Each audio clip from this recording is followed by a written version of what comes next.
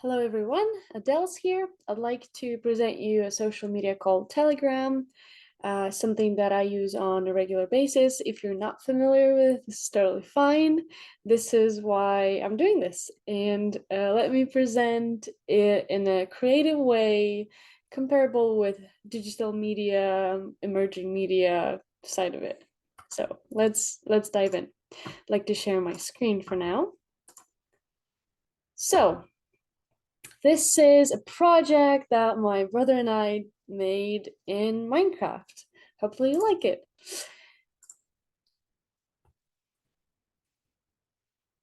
So we start off with this, and our first stop is called Telegram, is another messenger like WhatsApp. Let me real quick make a better quality so you could see everything. So here I want to say that Telegram is free cloud-based messaging app that allows users to send messages, photos, videos, files, kind of like WhatsApp. It's also known for its end-to-end encryption, chats, and video phone calls. Telegram is available on multiple platforms, can be used on all devices at the same time. It has a larger file size limit than WhatsApp, makes it easier to send and receive larger files. Let's see, where's our next up? Okay, number 2, Telegram cryptocurrency scandal. So I want to start off that Telegram is an app that was created by a Russian developer. His name is Pavel Durov. He said once that Telegram will not give out your any IP address and phone number to any countries of the former USSR countries under any circumstances. From this, you now may understand that Telegram is mostly used in former USSR countries. This is where it became very popular first off, but now it is being more popular in other countries. We'll get to that. However, in this cryptocurrency scandal, Pavel Durov he created his own cryptocurrency and added it to Telegram, featuring blocking in Europe. He agreed to the demands with the security forces that he won't give out any information, but in their contract states that Telegram may still release the data only if there is an official court decision, and this is only allowed in European countries. So it was a big scandal. Interesting that Telegram is creating their own currency and doing the payments inside the app. So Telegram secret chats, as I said before in stop number 1, Telegram features end-to-end encryption of the chats. However, not all users know that Telegram only offers it for secret chats. So there are like regular chats and secret chats that you can create that will be protected and encrypted. Regular Telegram chats, what most people use, are not guaranteeing complete confidentiality. So even though Telegram is considered a safe channel for online communications, and they do have this option of encrypted tunnel for messages in transit, which lowers, the chances of unauthorized interceptions. But most messages feature client to server encryption only in secret chats messages.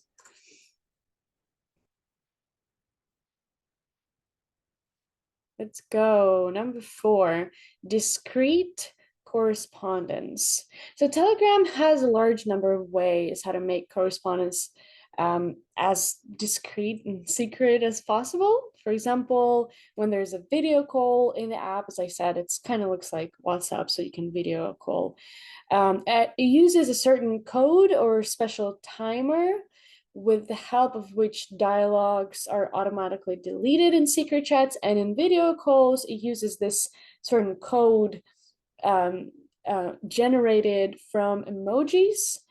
And if your to whom you're talking, this person have the same code made of emojis, it means that this video call is only transmitted between two people and not more. So that's an interesting way how Telegram, I guess, is concerned and wants to prove their discrete correspondence in the app. We are going to number 5, and we're going to talk about the problems of Telegram. So basically, content of the groups in Telegram that I found in the United States, specifically in local areas like Sioux City and Sioux Falls, I was not expecting to find them because I thought Telegram is not as popular in the United States. But I have found, and all the groups are the ones that sell drugs illegally. So I guess the audience in America mostly are people who want to communicate, as discreetly as they want, and sell illegal stuff, I guess. In my experience, my experience with Telegram is not negative.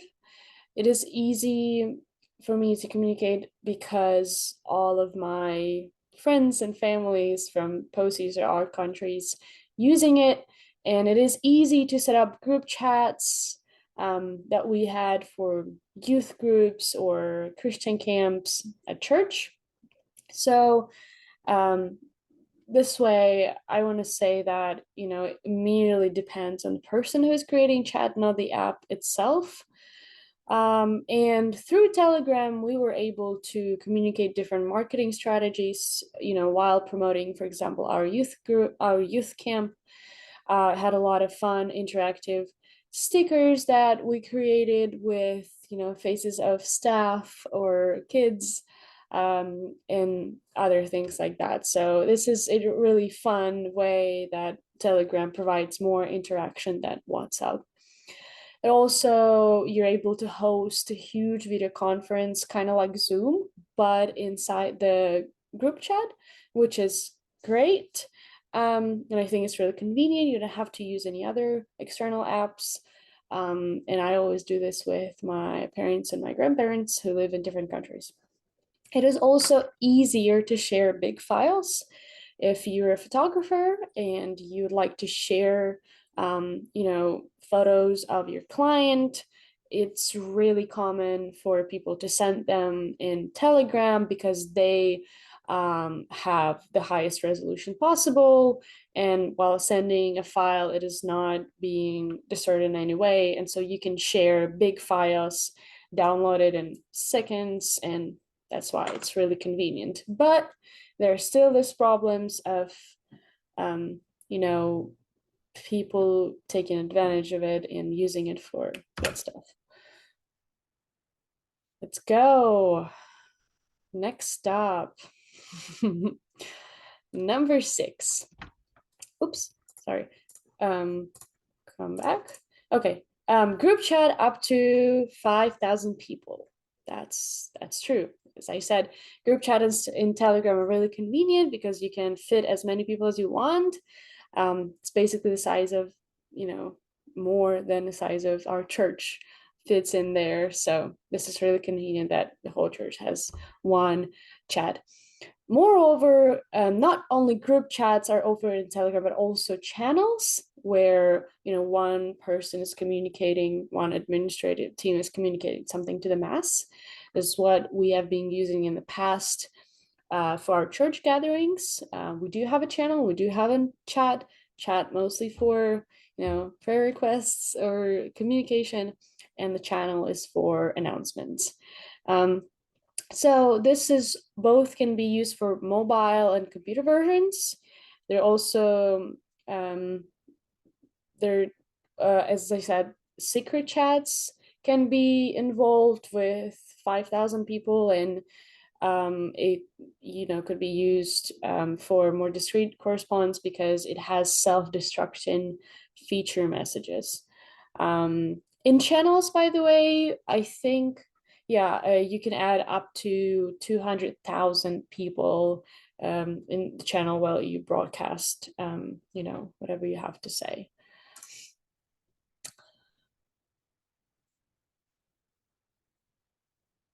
Let's go to our next. I know you're excited about number 8. Probably you're guessing where we're gonna go, but let's hang out at number 7 for now.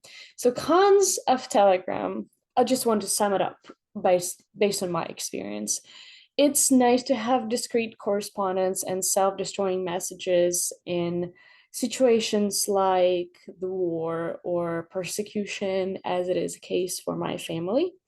It is not nice because people can hide and sell illegal stuff online and um, use it this way, but it's not like it's a problem of the app. It's nice to have both features of a chat and channel where you can add a lot of people and it's not logging, and within you can share big files, whether it's music, photos, videos, etc. It's a nice one, all including app. You don't have to go somewhere else to find something that you need. Now we're entering our let's go to hell and talk about big problems. That's why it's so spooky. So number 8 and number 9, well, let's start with number 8, obviously. Telegram lawsuit, SEC settlement. So what happened is in June 2020, Telegram settled a 6-month court case with SEC, agreeing to pay $18.5 million in penalties. For what? Because the SEC filed a complaint against Telegram in previous year, 2019, alleging that the company had raised capital to finance its business. So there's some spooky stuff going on with that.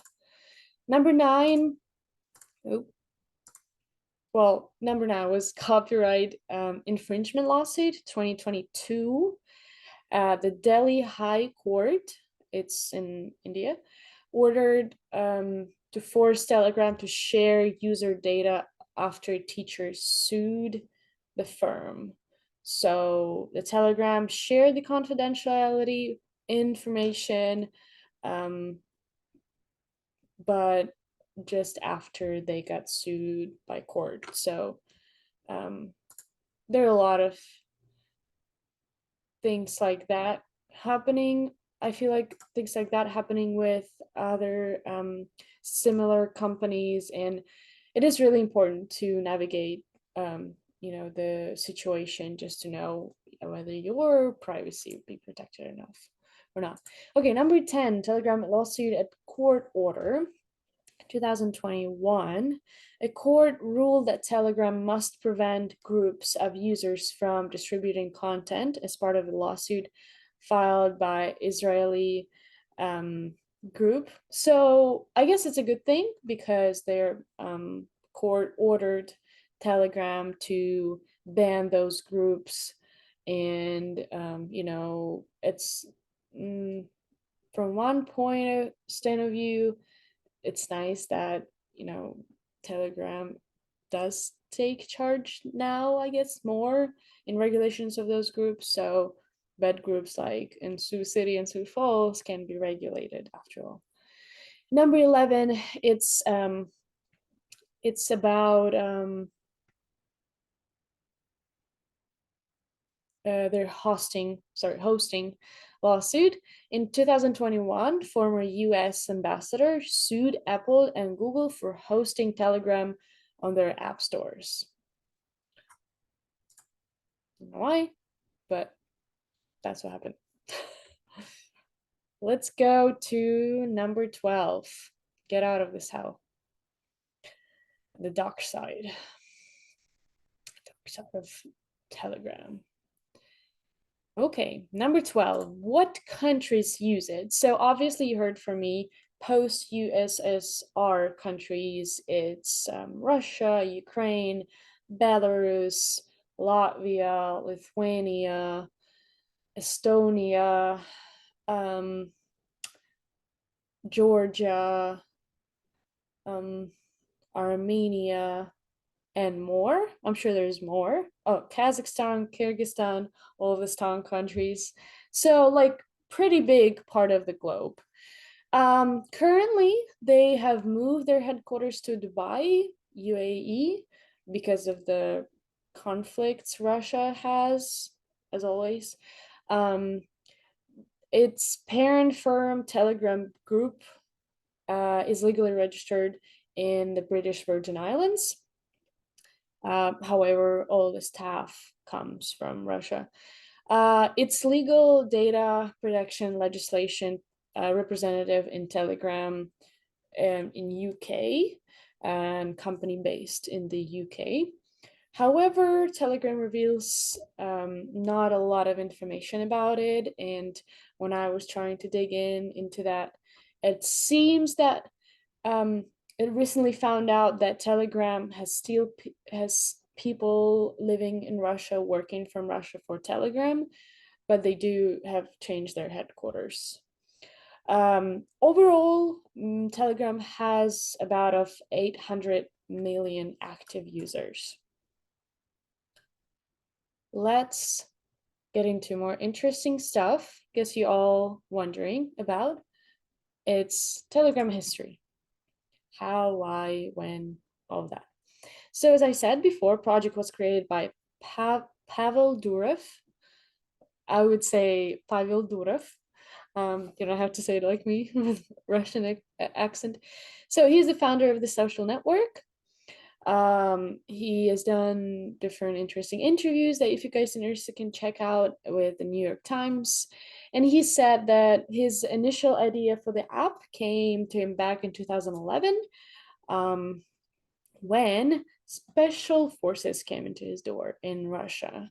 So just a backstory before that, Pavel Durov, he was in charge of this email system called at mail.ru, and forces of Russian Federation came to his house and they took it over. And so after this, he decided that he will create a chat-based messaging system that he will register not in Russia and won't have any partnerships in that will, keep the authorities away. So yep, that's basically it. Oh, so interesting stats, I promised you.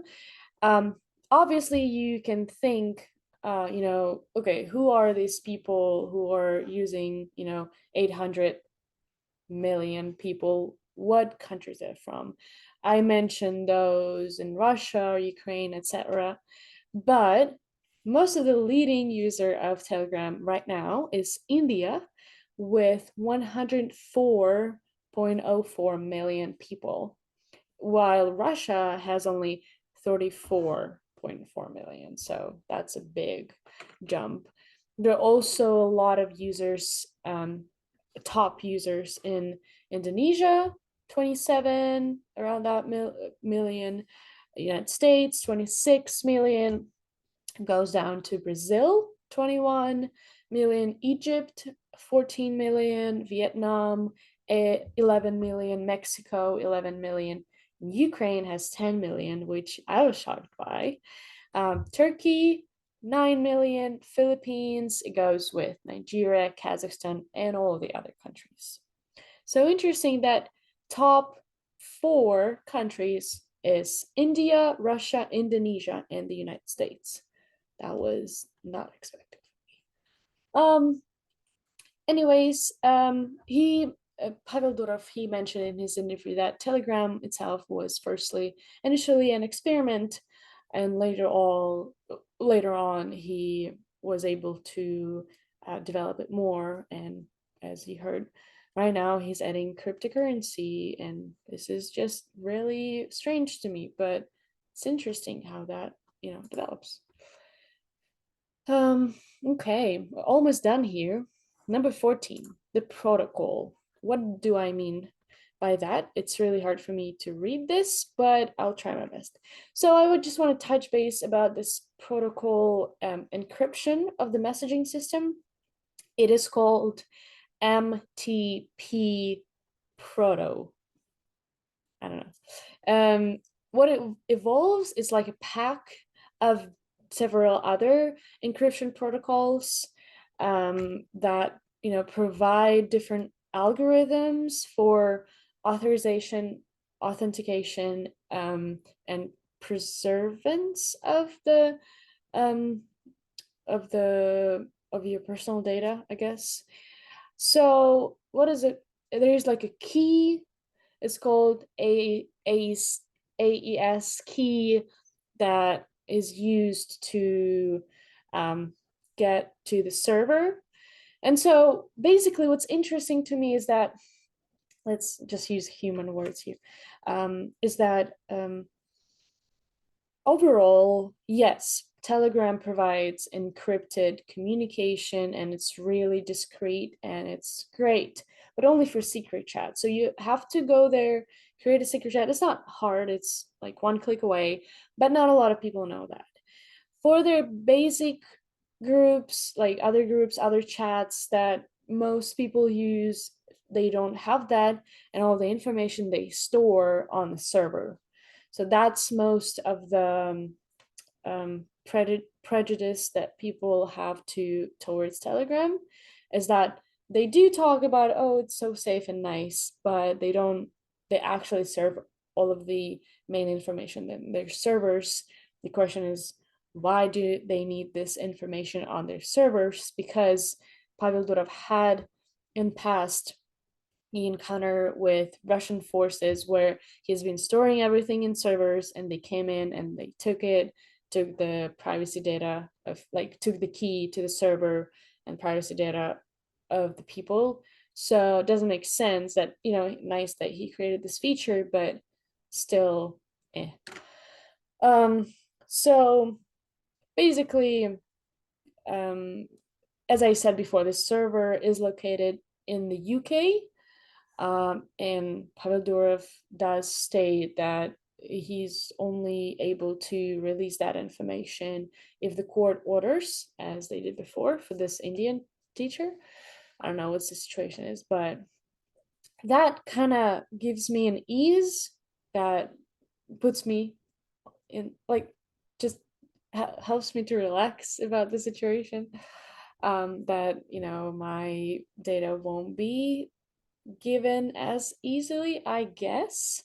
But the situation with Web 2.0 is that this is kind of the middle ground. We can't really expect full protection and full privacy in other messaging systems, also as WhatsApp and others.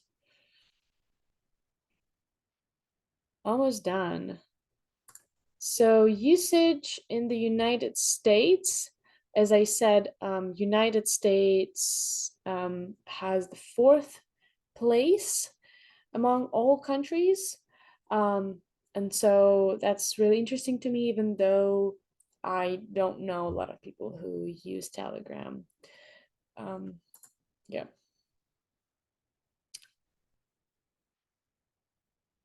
Conclusion. Okay. So my last words I'd like to say is that, in my personal opinion, Telegram is a nice, nice system, whatever. I am so used to it, and that's why it's probably hard for me to let go, because it connects me with people all around the world. They have recently added a feature of stories, which I think is so unnecessary. But Telegram is always seeking little things that they could improve and make it more interactive. They recently started a premium subscription, which I was expecting that they will add maybe more privacy kind of features, but the and only thing is your ability to send stickers that are like gifs, like stickers that move. And oh no, not the only, sorry. And when another person sends you an audio message, you can transcribe it to text with the AI. So you don't have to actually listen to it if you're on the meeting or something like this. This is nice. I don't think it's worth my money. Um, some people do use it, and it's nice if they enjoy it. But in the conclusion, I want to say that through a lot of research that I've done, looks like Telegram just basically took the model of another famous chat messaging system called Signal. Signal, I guess, is the first and still considered to be the most privacy and private and safe, comparing to WhatsApp, Facebook Messenger. I don't know if that even counts.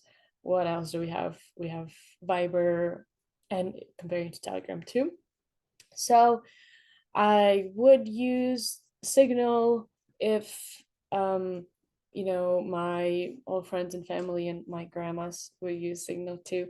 I do think it's more safe, but this is what I'm stick with it for now. So getting out of this, yoo-hoo. Thanks for watching. As I said, my brother and I did this little presentation. I hope you like it. And yeah, if you have any questions, please don't hesitate to shoot them to me. I would be happy to answer them. Thank you for your attention. Bye.